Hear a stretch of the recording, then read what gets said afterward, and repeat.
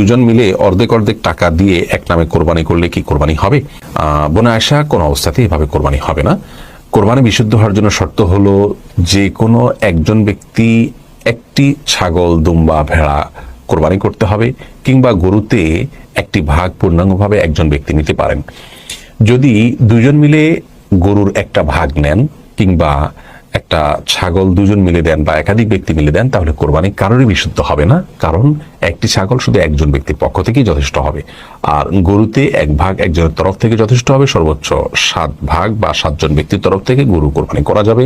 এটি নবী করিম সাল্লাল্লাহু আলাইহি সাল্লাম থেকে স্বীকৃত হাদিস দ্বারা।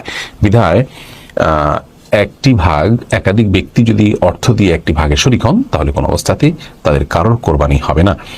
অনেক প্রবাসী ভাইরা কাজটি করেন, যে প্রবাসে থাকেন, কয়েকজন মিলে একটা রুমে থাকেন, ব্যাচেলর, তারা কয়েকজন মিলে হয়তো ছাগল কিনেন। তো এরকম করলে তাদের কারোর কোরবানি হবে না। যদি কোনো একজন তাদের তরফ থেকে কোরবানি করেন এবং সবাই খান, সেটি ভিন্ন কথা।